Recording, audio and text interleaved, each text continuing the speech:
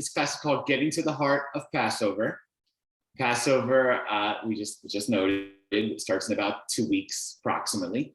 And what we're going to do here is we're going to study a few texts from the Torah, literally from the 5 books, but also from the rabbis, which came afterwards, which are, and this is stuff that some of you here, like Rabbi Ben's a lot, and Wayne, commentaries, basically rabbis of 2,000 years ago. For us, that's recent times. What do they say about these different Passover practices, Passover story? And the goal here is basically to get a sense of what is the Jewish inside take on Passover. There's so much. There's so much in Passover. The story of our freedom, our slavery to freedom. There's just so much in it. There's the meals, the matzah food, with special cracker type food, bread food, all that. There's just so many things we can get. So when I say getting the heart of the Passover, the point is to try to make sure that we don't get so focused on how to do Passover, which of course is nice. Nothing wrong with that. Like, not eating leavened bread, for example, that's meaningful. But if we don't understand and really feel spiritually these practices having an effect on our heart and our soul and our relationship with the power beyond us, then on some level we did the actions, but did we actually let it affect our heart? Like that's the idea of this class. So we're going to study some famous texts. Some of them you may be familiar with, some maybe it's the first time. It's okay. I love it when it's the first time. We're going to study them together. And the idea here is to discuss them.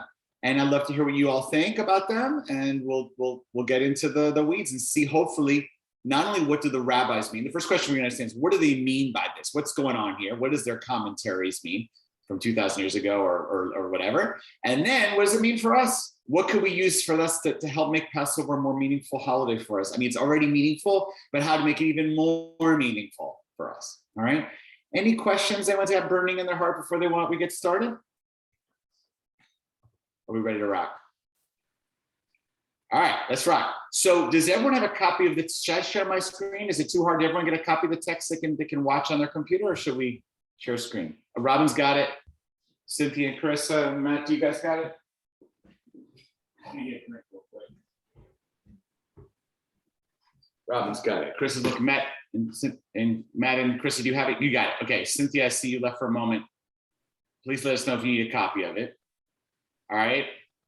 So this way you can enjoy each other on the screen. Something nice. All right. So check out. Is Cynthia there? Okay, Cynthia? Should we keep going?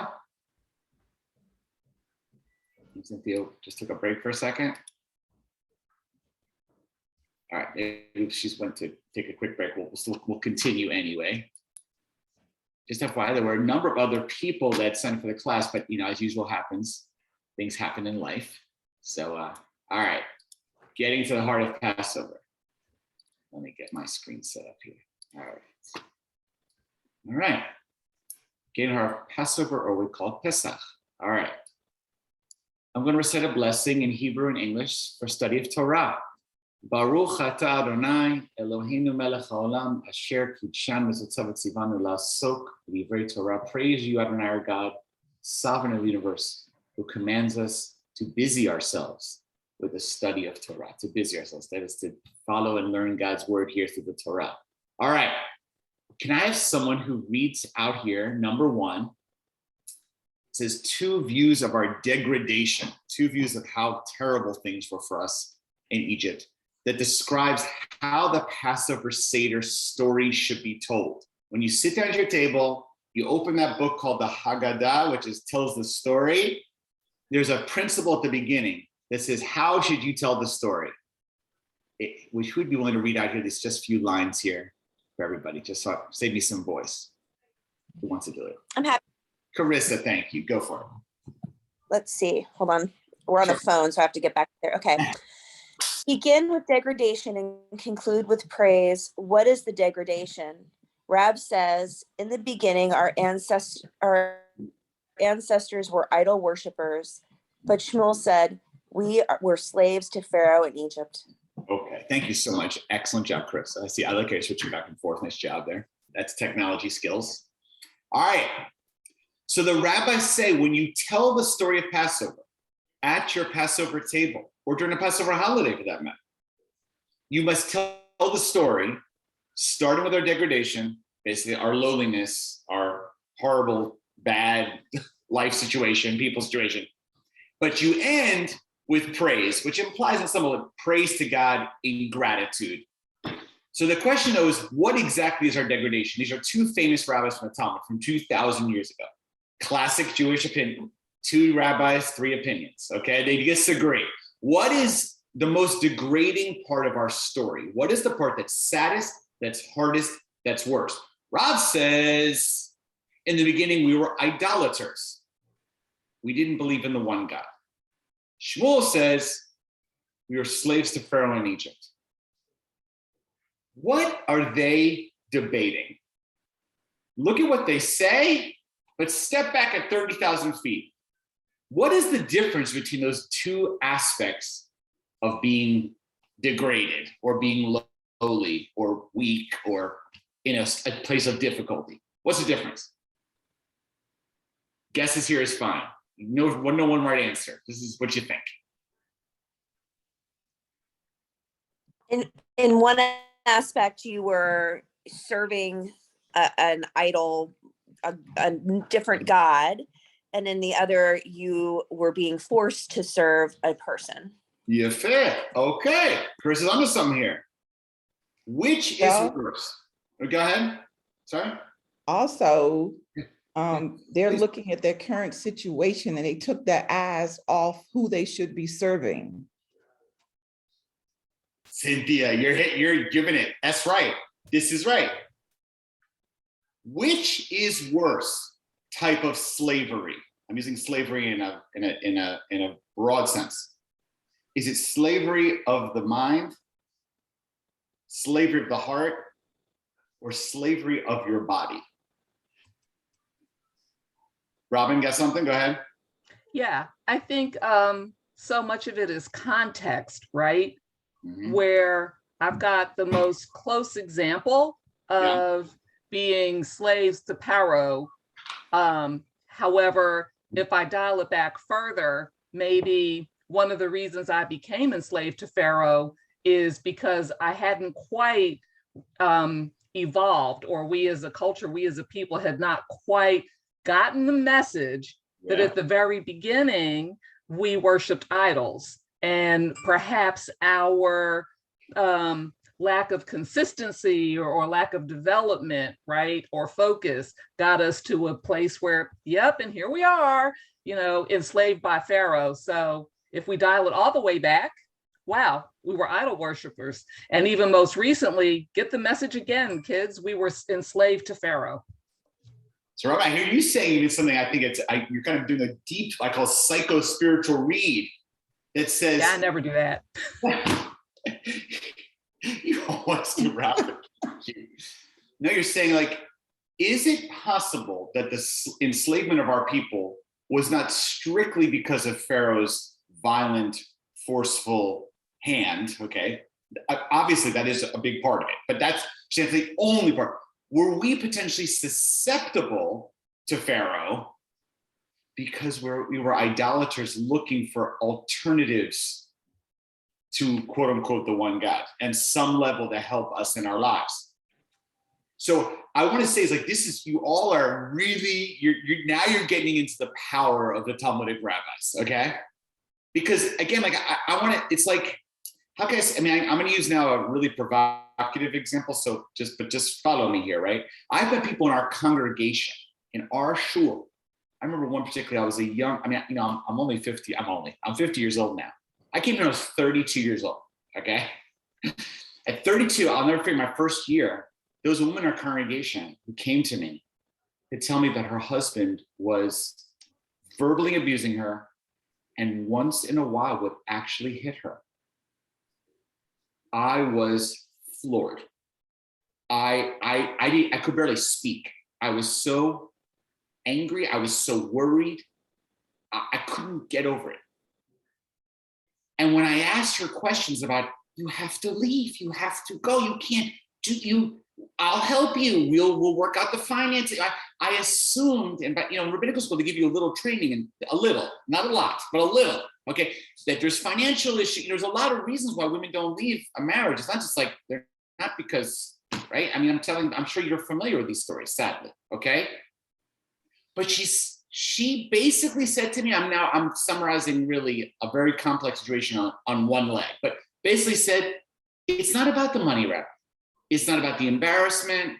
It's not about, I just can't see my life without him. I thought, what are you saying? Are you kidding? But you know what? That's very true. The way I would say it, and I'm saying this without judgment. Please understand, I'm not judging. I have a lot of compassion. But her husband was like Pharaoh. He wasn't just, sadly, at times, physically hurting her. He, on some level, controlled her soul. She couldn't imagine herself in a different life. You follow? Mm-hmm. Mm-hmm. Yep. That's a severe example, but I put that out there to say that's the two parts of a lot of our lives, is that you actually could be free physically, but if your heart isn't free and your mind is not free, you're not free. It's true. One of the best, I love this Buddhist story. You've heard a story about the two monks who were crossing a river? Robin, you know this one? You probably heard it before, Rob. I feel like this is the kind of wisdom you would love. You would be familiar. Two monks, Buddhist monks, who are not allowed to touch women, this is their tradition, are walking in a desert. A woman comes who's tired, needs water, and she can't walk any longer. And she needs to get to her destination, which they're walking towards. She says to the two monks, will you please carry me? I can't go any further. I'm worried I'm gonna die. This is like a story that's been told by other, right, so I'll finish. He says, so basically, one of the monks says, well, I'm sorry, we don't touch women. I can't do that. The other monk says, all right, of course, come, I'll take you. I'll put you on my shoulder. And he carries her to a river, and then she finds a river and gets back to her home place. The monks cross the river, they keep on walking for miles. An hour later, the monk who refused to carry the woman turns to the monk to carry the woman and says to him, I have to ask you, you know we can't touch women. You know that's against our religious tradition. You broke that. I can't believe you did that. We should have not done that. There's other things we could have done to help her. You should not touch her. That's against our rules. And the other monk says, I put down that woman an hour ago. You're still carrying her. You follow? Because you're carrying her in here. So this is the profound teaching of slavery, sadly.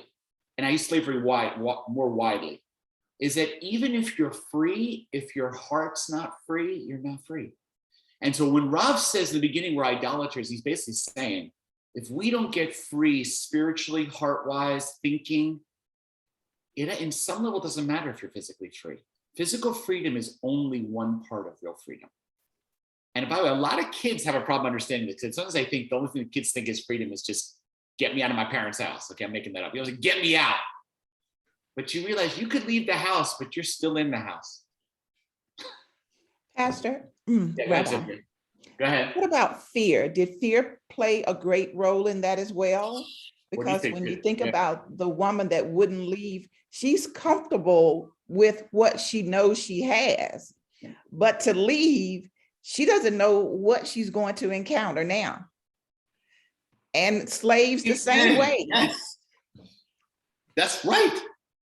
Including our people. If you read in the Torah, when Moses says, guys, Moshe do this, Moses says, I can't do that. Not just because Pharaoh won't listen to me, the Jewish people won't listen to me. Why? Because they're stuck in a slavery mindset. They think they can't get out, and they're afraid. Slavery's bad, but they're afraid of the desert too. What's going to happen there?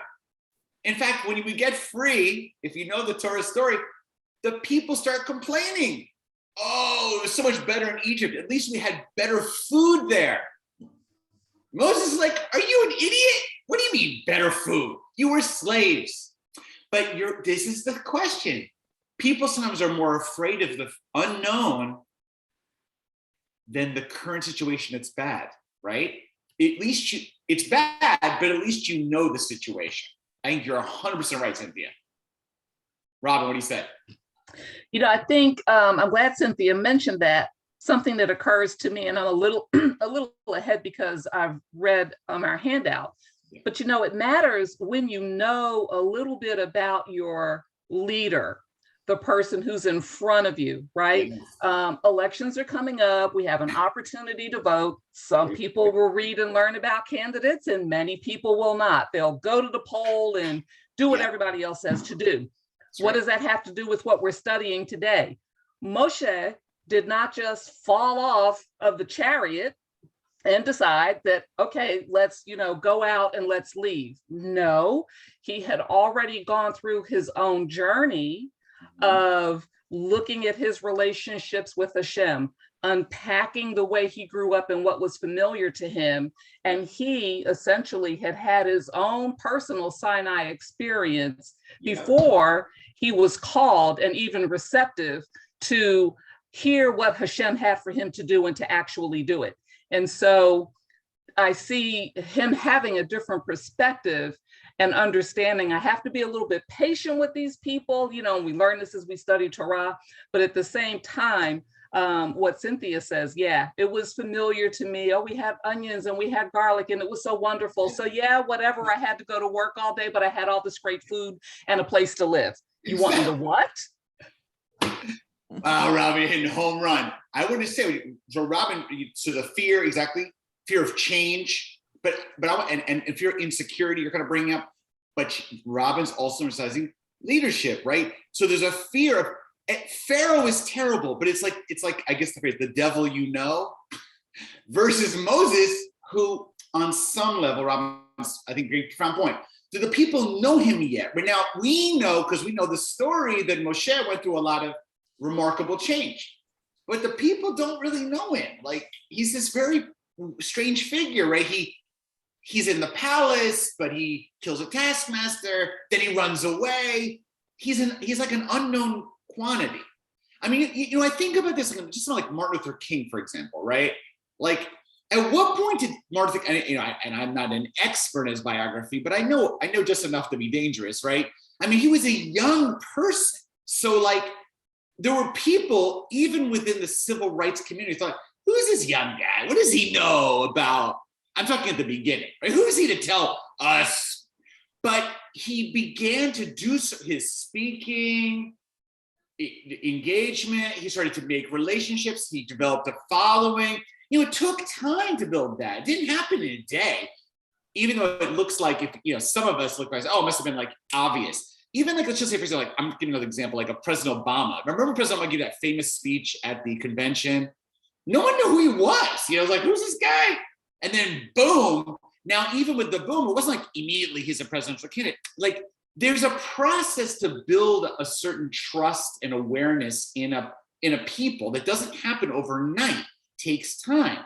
People have to say, do I trust this person to lead us? And Robin's making a good point. What do we do? I think it's the same way with rabbis, with me and Jenny. When we arrived 17, 18, people are like, it takes time.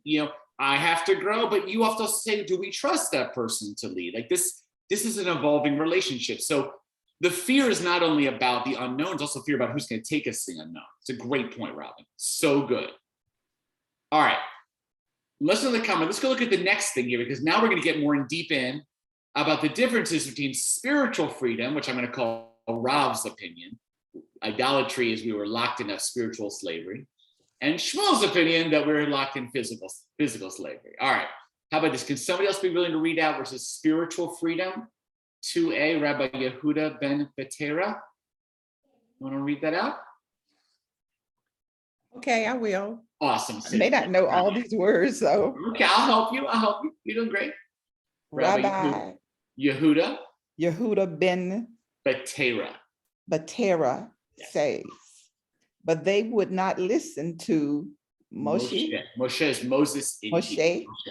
Their spirits crushed. All right, so this is Exodus 6:9. Right, so in Exodus 6:9, Moses goes to the people, Moshe, and says, let's get out of here. And the people say, we won't, because their spirits were crushed. Now we're going to get a comment from a rabbi here about what does it mean their spirits were crushed. Go ahead, please continue, Cynthia. It is possible that someone would hear good news and not be overjoyed. So why? Then should the terror say they would not listen to Moshe? Because it was difficult for them to hear themselves away from their idols. To tear themselves. To tear themselves away from their idols. Okay, well read, Cynthia. Thank you so much. And I know this is new for you. I'm really proud of you. Way to go. You're breaking free. Okay, I like it. All right, so look, this is the Torah says that Moshe went to the people and said, hey guys, we're getting out of here. God told me you're free. And the people, their spirits, they couldn't listen because their spirits are crushed. Why? How can it possibly be? They have to be fired up and happy because they couldn't tear themselves away from their idols. This actually is just really an extension of what we talked about before. Why can't a people, and for those at Shabbat services, we got into this also, why couldn't the people follow Moshe? What does it mean their spirits were crushed? What does it mean they couldn't tear themselves away from their idols? What are you reading that?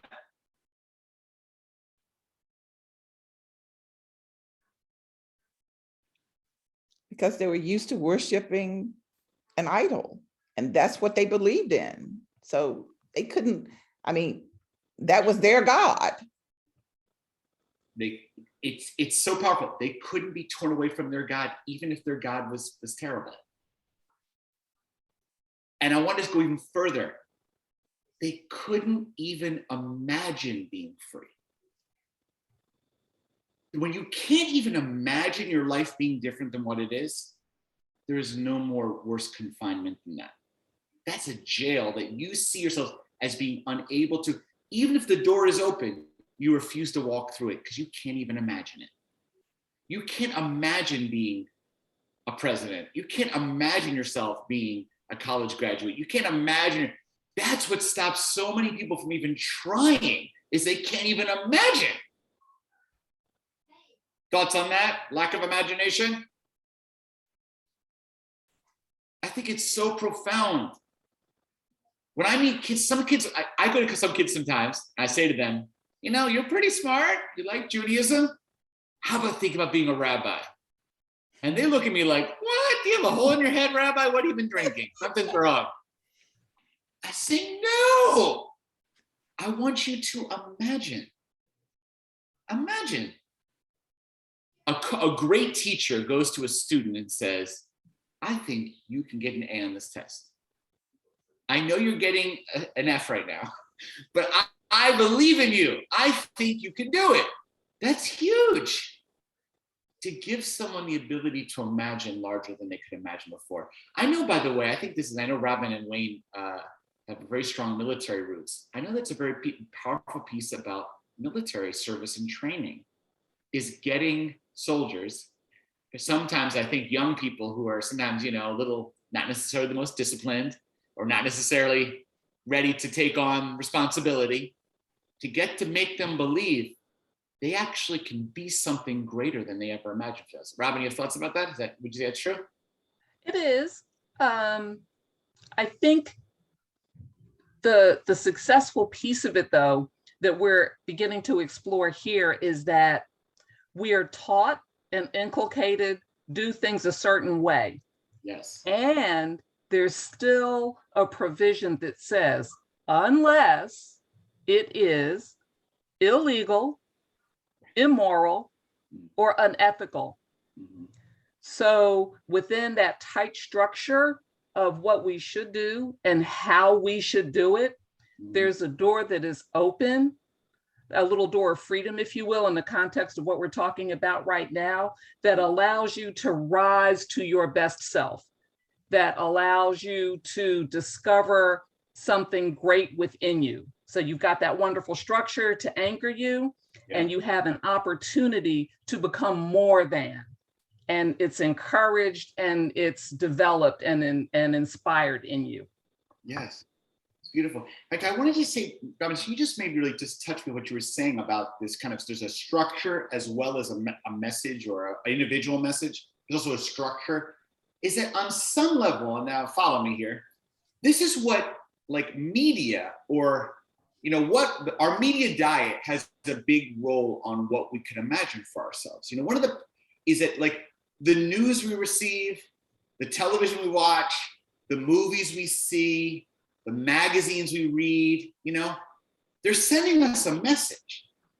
I mean, I remember when I was a kid, and I'm sure some of you, like when I heard the Soviet Union, just that phrase, it was like Darth Vader, you know, it was like, because the way I was raised, and I'm not saying, by the way, Soviet Union this wasn't bad. I mean, it was problem, but it just, or for example, Iran. I remember the Iran hostage crisis. I'm sure many of you do too, right? Mm-hmm. When I heard Iran, like it was like, because everything that was coming at us in the society told us, it described a view of it like that, like negative. And I remember when I was in high school, there was an Iranian young boy, he's 9th grader, who came into our class. And I'll never forget how he got bullied in his first days in my high school. Kids walked up to him, said, you know, Iran with bad language. And he started just punching him because they had heard he's from Iran. I remember one day a kid in my gym class wore a t-shirt with Mickey Mouse on the front in gym, when you could change, you know, with his particular finger up on this in a cartoon, and wore it specifically because this kid was in my class. And the gym teacher, when he was told, like, you can't wear a vulgar shirt like that, the gym teacher said, no, you can wear that because it's against Iran. There was an Iranian kid in the class because we all hated Iran because Iran was our enemy. What we didn't understand, and it took this student a few, because he didn't speak English well, that was another challenge, is he hated Iran too. He was proud of the Iran before the revolution. His father and family were very elite in the pre-revolution, Islamic revolution of 77. So they were actually threatened with death and exiled against their will. They were refugees from Iran. So when we said we hate Iran, he was saying, you don't hate Iran, they have mine. You hate Iran the way it evolved. So do I. But when he took it personally, when we said, you see the complexity? My point is that we didn't, because all we got was this message. It was not very nuanced message. It was just a message. But that type of messaging can enslave the mind. The structure of the can enslave. You have to break free. It's hard to break free of it because it's all you're getting. Robin, what do you say? A question, actually, and I really appreciate the direction that we're going in, because when I look at the, you know, getting to the heart of Pesach and everything that we're talking about, what occurs to me is we have fear and we have curiosity. Whether we're talking about ourselves during a time of enslavement in Egypt or media messages that we get today, we as people, as humans, as, you know, the creation of Hashem, we have our own curiosity that has us ask a question, test limits, see what else is possible. And sometimes fear is a companion of curiosity in opposition to it that says, well, I have status quo, it's comfortable. I might not like it, but I know what to expect. And so maybe I should just accept the status quo, even though I really don't like it, because if I ask that question, if I open myself to the possibility that something can be different, or I can do something new, or move in a different direction, that, you know, brings up a different response to fear. So I'm afraid to be enslaved and I'm afraid to be free. And so I think that that conundrum is at the heart of what Cynthia had read earlier, right? Is it possible that someone would hear good news and not be overjoyed? Exactly. Well, yeah, it would. Whether it's someone from Iran or someone from the Ukraine, Baruch Hashem, Exactly. may they continue to persevere, or whether it's, little Robin Talley, private in basic training, saying, you want me to do what? You want me to do what obstacle course, right? This city girl, like, heck no. But, right, we are called, and from within us, we have that urge to step outside and just see what we can do. Can we be great? Exactly, Robin. Preach it. I love it. And I think you're right. Just by saying, one of the things that's fascinating right now, I was just reading the article in the Times like this morning, Russians are not getting all the information about what's happening in Ukraine, and they're just getting Russian propaganda. So they're confused. They're like, our soldiers are fighting. Of course, we don't support our soldiers, but they're also hearing a little bit about Ukrainian babies and people being killed. Like, the message matters. What you're getting from your wider society affects how you can look at yourself. And I think this is, and therefore, when you get a message that contradicts that, it can be scary. But that's the point. When the messages go farther, go higher, go larger, you have to, in some ways, you have to like get outside yourselves. I also, again, I'm using military example, but one of the powerful things I've heard this from my congregants too, from the military, is it gives people a chance to see also other parts of the world. And I think that's also another piece of travel, which is powerful for a lot of Americans, is when you leave American soil, you begin to see how other people live. It also starts to expose you about there's different views of a lot of things that I remember I didn't know either. It's like a way of discovering more about things and what are the choices and what are the life and how even America is presented. This is all about trying to get beyond the enslavement of one way of looking at the world. And that is really what it means, spiritual enslavement. Spiritual enslavement, there's limitations to open that. Egypt is always here when we get closed. Mm-hmm. Freedom, the promised land, is when we open up and try and look at a wider vision that we might have never imagined. What we might say is God's vision for ourselves.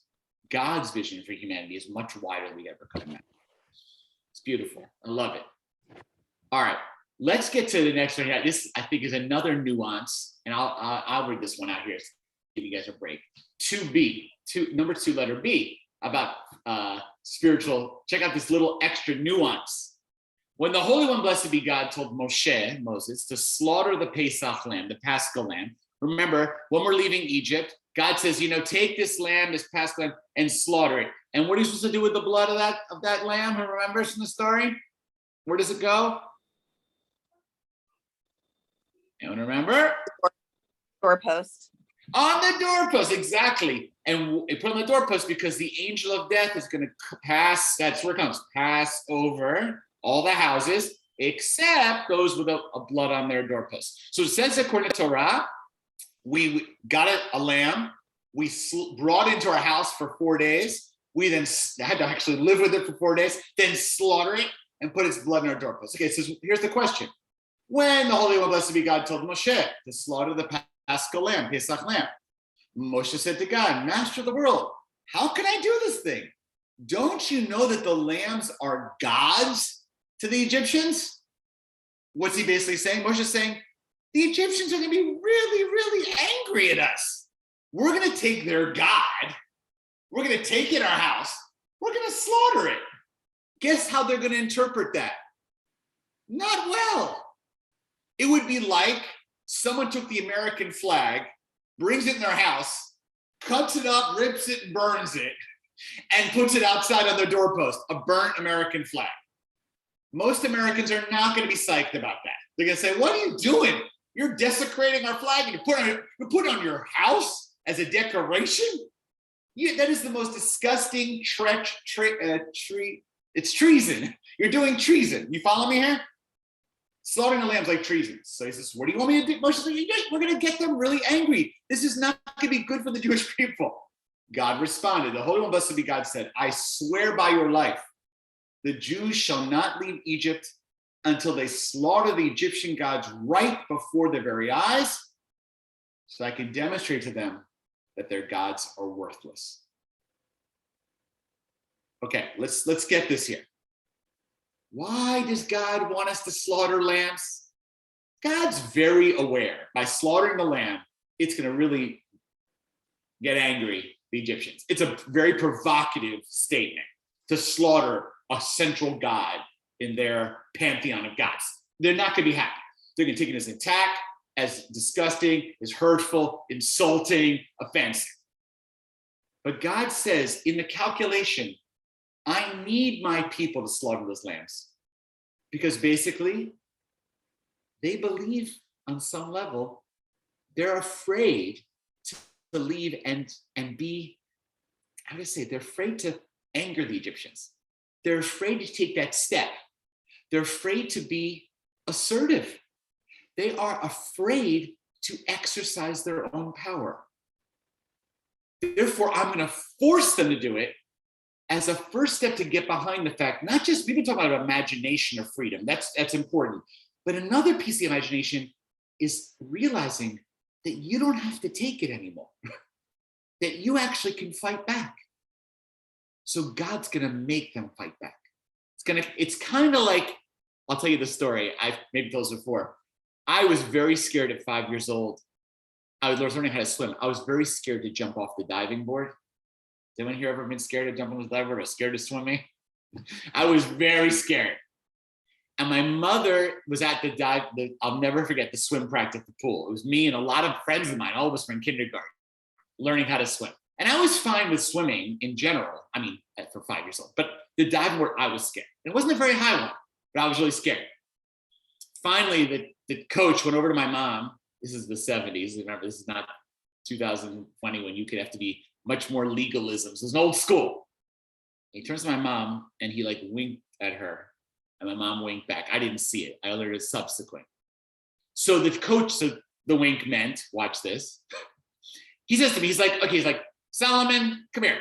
We're not going to jump off. We're just going to go walk on the board to just feel what it's like. I was afraid to even go on the board. So he commit. My mother says, Eric, go on the board, go. Just walk.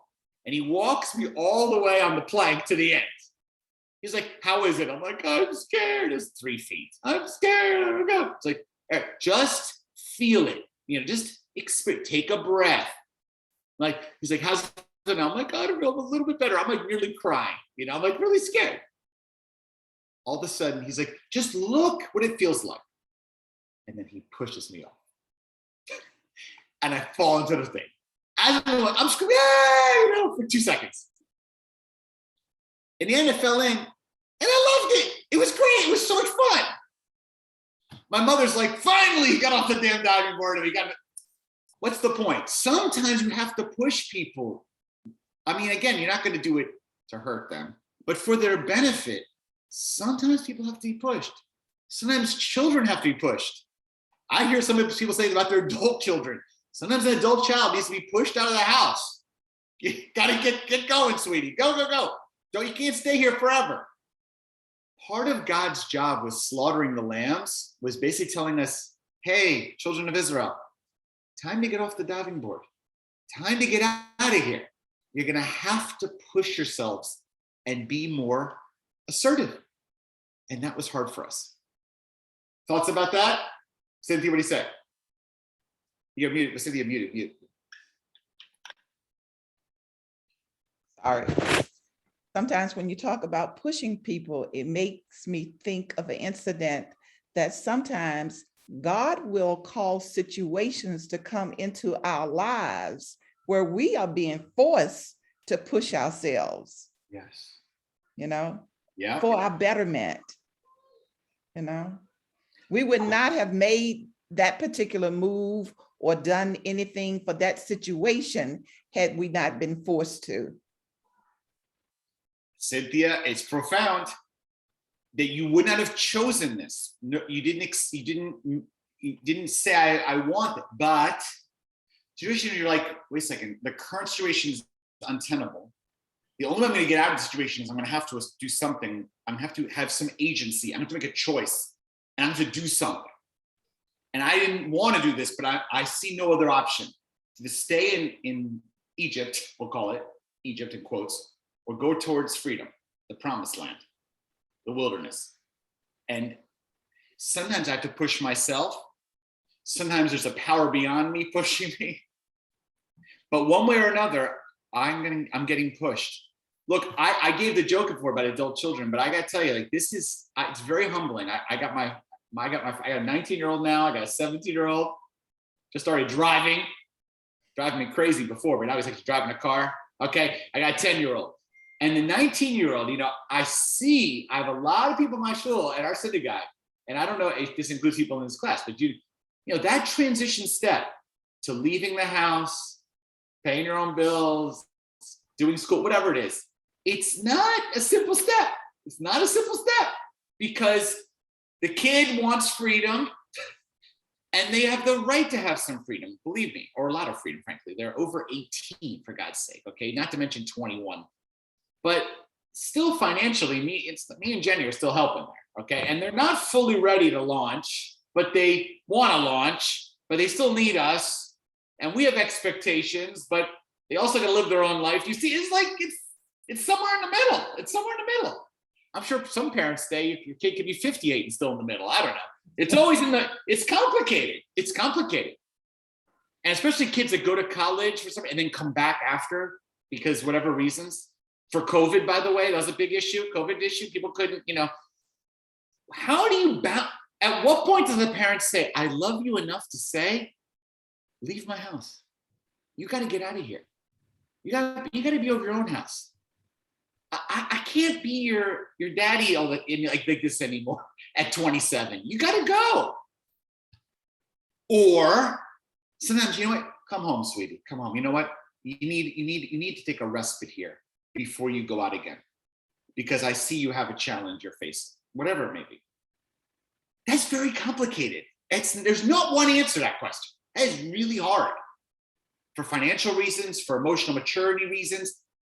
But when you have to push your child out because you love them, not because you don't love them, because you love them, you push them out. That's what God, I feel, is doing with the Paschal Lamb sacrifice, saying, I'm making you do it, even though it's hard, because I love you, because I believe in you, because I need you to start moving. That's tough, but that's tough love. All right. Any last comments on this? We'll do one last text. All right. Let's do one last one here about physical freedom here. This is like another one. He's like,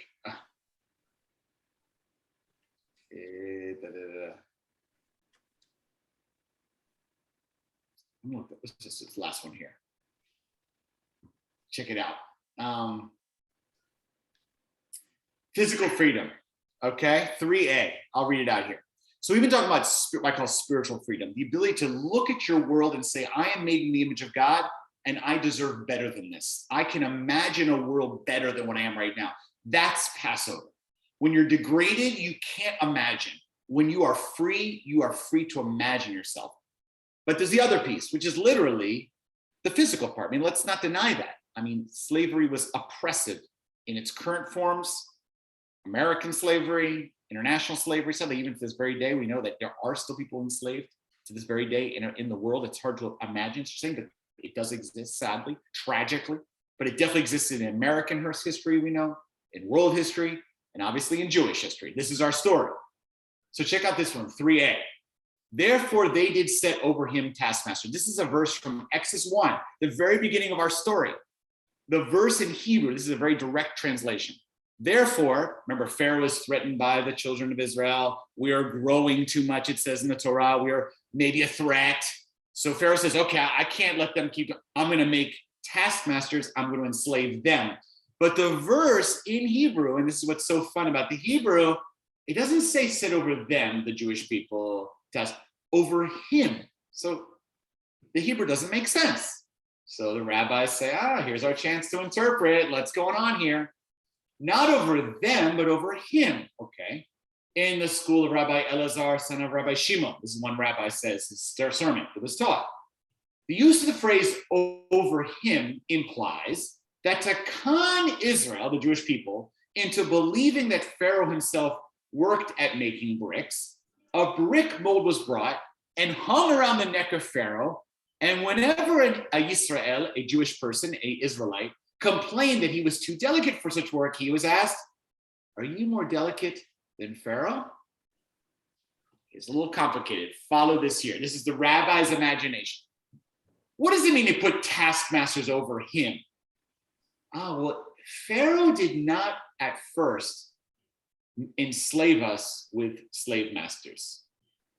At first, Pharaoh took a brick and put it on his own neck, as if Pharaoh was also contributing to the building project of Egyptian society. So why is that important? Because when later he actually did put taskmasters on us and said, build bricks to us, they didn't just do it through physical violence, making us do it. I mean, with whips, which by the way, that's what the story says. They literally whipped us and they did horrible things to make us work. They also put a picture of Pharaoh doing the same work, which was a lie, to basically mess with our brains, to say, don't only do this work because we're making you, do this work because Pharaoh's doing it too. Basically, you're all on the same team, which is a total lie. But it shows you that the physical demands were aided by incentivizing us and motivating us by the way Pharaoh looked. It was a fake, it was a play, it was pretend that convinced us that our work was important. So it shows you the physical slavery and the spiritual slavery are actually very tightly intertwined. What have thoughts about that? A reaction to that? Is our last text? That this is not so separate, physical and spiritual? Has anyone here ever had a job where they felt kind of enslaved by it?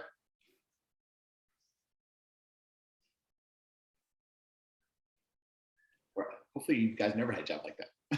Actually, I realized Matt was in the military too, right? Matt, you were in the military also, right? All right, Matt, I'm putting you on the spot. What do you think about these ideas about military service in terms of thinking bigger than you are? Or, I mean, I know sometimes military, they make you do things you don't want to do, but how do you motivate people to do it? What do you think? I mean, from my perspective, the way you were motivated in the military was you were doing it for the person to the left and right of you. You know, the patriotism and the for the country only goes so far. It's really when you have shared hardship with the person next to you that then you start to bond with them, and then you'll do anything for that person or for the people that you're leading through those hardships. So it's all about the people right around you. So that is so profound. I think it's so true. It's like, so it shows you how powerful the local, like it's all what hits you in your heart, right?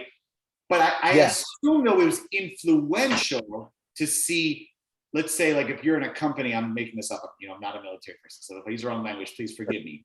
But when you see the company commander also doing the gritty, terrible task or dangerous task, that someone that is also motivating, even if it's not right and left, it's still pretty close, right? Yes, that's very correct. And that was the philosophy, at least when I was in the Army, of the commanders are never too good to get in the mud with. Exactly. And I want to say, by the way, that's kind of the text here, so to speak, is that Pharaoh is a commander willing to get in the mud with us. I mean, it's a joke a little bit, right? It's exaggerated. I mean, it sounds like that you can mislead people to that as well. And that can be a very powerful way to mislead people into doing things you want them to do, is to make them think that you're not asking them to do anything you wouldn't do yourself. Exactly. And sometimes it's challenging. Sometimes it's very challenging to see through that. That's right. But I want to say, but Matt, this gives me chills just saying it, because that's so true. Exactly. Pharaoh wants to make it look like I'm just like a regular man. I'm just doing it everyone else is doing. But he's lying. So it's the hypocrisy of that is so painful. Yeah. So painful. When a leader says they're with you, but it's a lie. Oh, that's so upsetting. Robin, what do you say? Yeah, we start. Upset. Yeah, understatement. Yeah. And you know that one as right? Trump. I didn't say it, but yeah. Right. Not to name names. It feels like to me. Right. No, I get it. I mean, look, exactly. Look, I'm not a fan, believe me. But I'm saying, like, the issue, right, is that, like, right, you send people out to do something, but are you yourself really willing to do it? That's right. Right. That's the question. Robin, you raising your hand, or does it came down? Yeah, I did. I agree with what Matt said. At some point in the military, and even, at shul, as we go about our daily lives, we affinitize ourselves with people that we have something in common with. You tend to surround yourself with people that you're like-minded with, maybe, who we have a common purpose, a common goal, and we're working together to do something. And we look at our leaders, whether it's a company commander or a president, right, that says, yeah, I'm doing this work with you. But as Moshe had to do, sometimes a situation comes up where we have to test the integrity of that person or that concept that we think that we're moving in the same direction. Every now and then we got to stretch it out, right? And whether we get pushed into the 3-foot end of the pool or whether we get pulled by sacrificing a lamb to test whether or not that really is what it is. We all have to rise to that and figure out, hey, is this fake news or is this the real McCoy? Right? And I'll date myself. Is it live or Memorex? Like, which is it?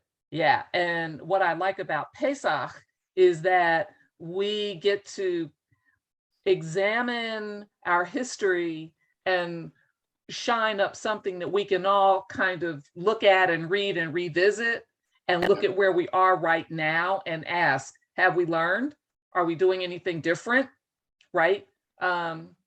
Because if you don't know your history, you're what? Doomed to repeat it. Yeah. And so, okay, if we're repeating it right now, what are we learning right now? Yep. As we get together and look at Passover and Pesach and ask these important questions and unpack this. Beautiful, Rami. So look, our class in just a minute. I'd say I'm so proud of you all. This is so powerful. And this ending here specifically on a leader who pretends, but isn't really with you, but really fakes us out is a powerful recurring model, sadly, in world history and current history. And I'll say, there's alternatives. Just a few months ago, when that rabbi outside of Dallas, Texas, when there was a terrorist attack, he did not abandon. He didn't say he was not below. He was fully with, right? And it's like a captain doesn't abandon the ship. Like a captain's with the ship. There are stories of Holocaust situations, sadly, and you look them up. I'm sure you're familiar, where rabbis or important figures sometimes could leave the camps or escape because they had a certain high status, but they refused. Said, "I'm not leaving my people in the time of I'm with nothing's below me. I'm with my people. And in fact, I'm going to inspire my people in the worst moments. That's my job. It's not to leave them. It's to lead. And leading is I got to be with them. And it can't be a lie. Can't be a fake. Can't be a ruse. I have to. And that's the power of this, is that people are willing to physically do a lot of risky things or struggles if they know that their leader is going to struggle with them. And it's not a lie. Then you think, okay, we'll do it together. When FDR told the country something, or John F. Kennedy said, it's not for you, your country, that whole famous, people are willing to do a lot if they feel like their leader really is with them making those risks. That's the challenge. But when that's a lie, oh my God, the deceit can be so deeply painful, deeply painful. So this is a great session. I'm so grateful to say with you guys.